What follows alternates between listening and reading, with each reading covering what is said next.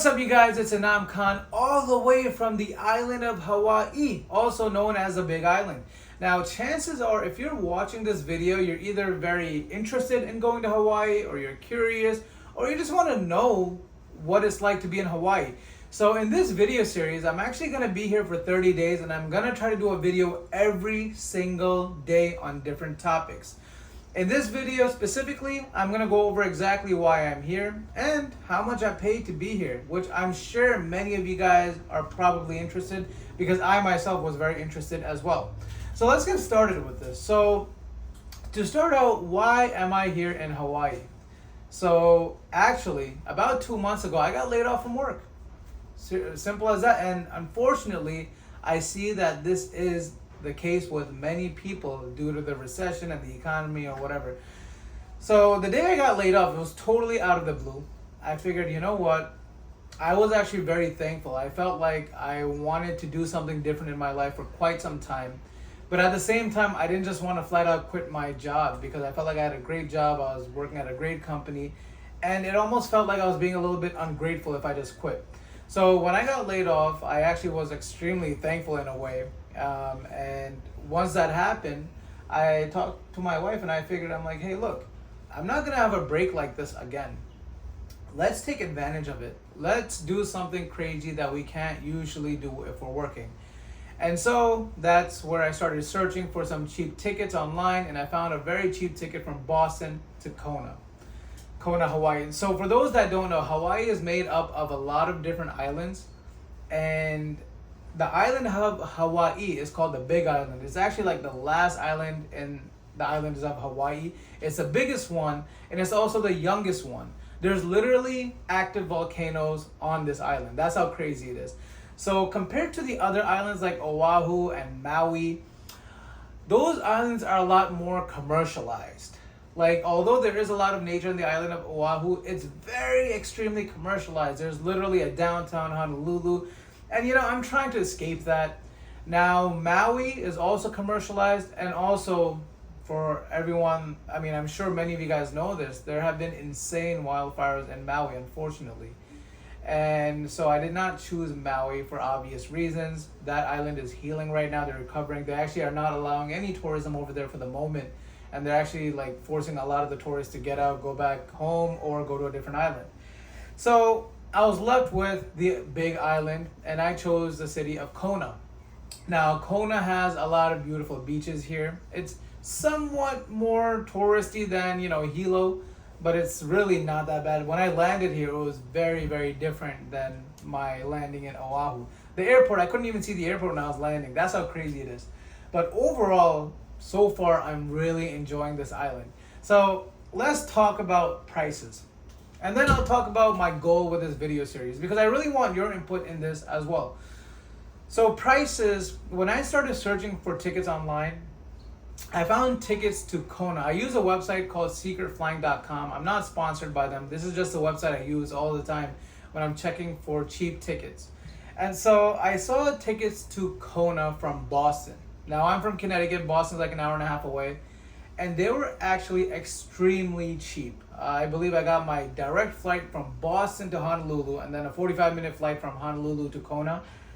It was altogether, I think, 12 hours of flying, which is long. Hawaii is far. And I paid about less than $500 a person. So I think I paid somewhere around $475, $480, and this is for myself and then my wife, and then we have an infant with us as well. We didn't really have to pay for her ticket. So all in all, I paid under $1,000 in terms of airfare to come to Kona. Now, airfare was actually the cheapest part. The next thing is I had to find a place to live in terms of Airbnb. So because I was coming here for a month, it wouldn't make sense for me to stay at a hotel for a month. That would be very, very, very pricey. Airbnb actually has an option where you can choose a monthly stay, and monthly stays are a lot cheaper than if you go on a daily rate or a weekly rate. So I actually found an Airbnb. It was in a very, very good location. So out of experience, what I've learned is that instead of price, if you could get a smaller, maybe more, if you could get an apartment that maybe isn't as spacious, as comfortable, as luxurious, but you get it in a good location, I think that's well worth the money. So our apartment is actually very modest. I'll probably do an apartment video sometime in the future. It's a modest apartment, but it's at an excellent location. We live in Polani Street or Polani Road, whatever it's called. And this is where all the big stores are. You got things like Costco, you got Target, you got all these convenient stores here. And you're 5 minutes from the beach or 30 minutes from one of the best beaches in the world. Overall, I love the location. It's very safe, very residential. Now, for this place, for the whole month, I ended up paying a whopping $3,666. So far we have under $1,000 for the flight and $3,666 for the Airbnb. Now, the only other thing I have left here for now is my car. So when you're in an island as big as the Big Island, you need a car. You definitely need a car. It's not as developed. There aren't as many roads. There aren't as many public transportation as maybe Oahu. And so if you want to really enjoy this island, you need to rent a car, and preferably a 4x4, because there are terrains here. If you want to go up to like volcanoes and stuff, there are terrains here that are rough and, you know, might not be easy to go up in a car. So what I ended up doing is I actually checked Turo, and then I checked rental car agencies. And the crazy thing is, for the month, the rental car agencies were actually cheaper. So I actually chose a small SUV that had 4x4. I needed an SUV just because, you know, I wanted to have 4x4. And of course, I don't want a car that's too small. I have a baby in the back and a car seat as well. So I chose a 4x4. Now what happened is that when I landed, the lines were so long to pick up your rental car. I took an Uber home. I figured, you know, I'd come back the next day when there's a lot less people. I didn't want to wait in line for like 2.5 hours after a 13-hour flight. So I came back the next morning at like 5 a.m., still jet lagged. 5 a.m. was easy for me. And the place where I booked my car originally was closed. So then I went to the car rental spot right next door. And they said that they would match my price I had and give me a free upgrade because they didn't have any smaller SUVs available. So I got very lucky. I got a full-size SUV, which is extremely comfortable. I know many people might not prefer to drive a full-size SUV. It's probably too big for a lot of people. I enjoy it. And so I got this SUV for about $1,578. Now this SUV, I know that's a lot for 30 days. It might sound like a lot to a lot of people, but it's about 50 bucks a day. And wow. It's about 50 bucks a day, and usually an SUV this size would probably cost over 120 bucks a day. So I paid $1,578 for a truck that would probably cost over $3,000 easily. So all in all, I paid about overall, now this is including airfare, Airbnb, and my car for 30 days, I paid $6,222. Now that does sound like a lot, and it is. Hawaii is not cheap, especially for a month.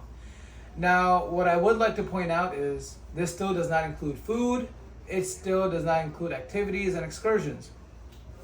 And food, I guess I'll have a better number for you guys by the end of this month, but I do want to say that what we did do as soon as we landed, the next day we went grocery shopping at Walmart and Costco.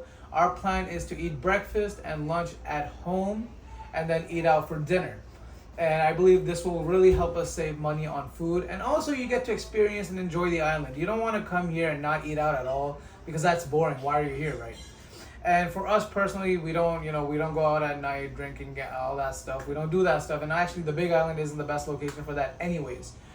And so food for now, I think we're going to save a lot of money by grocery shopping. I think that was a great idea. And we'll keep you guys updated on that. But for now, I think this is about it. I think this is a great start for those that are interested in coming to the Big Island. I do want to point, so I am going to be doing a video series for a whole month. And I'd love to know what kind of videos you guys want to see. I do have a lot of good ideas that I'm going to start posting about. But I'd love to hear from you guys in the comments below. Let me know what kind of content you guys want, what things you're interested in about Hawaii. And I'll see you guys in the next video. Thank you so much.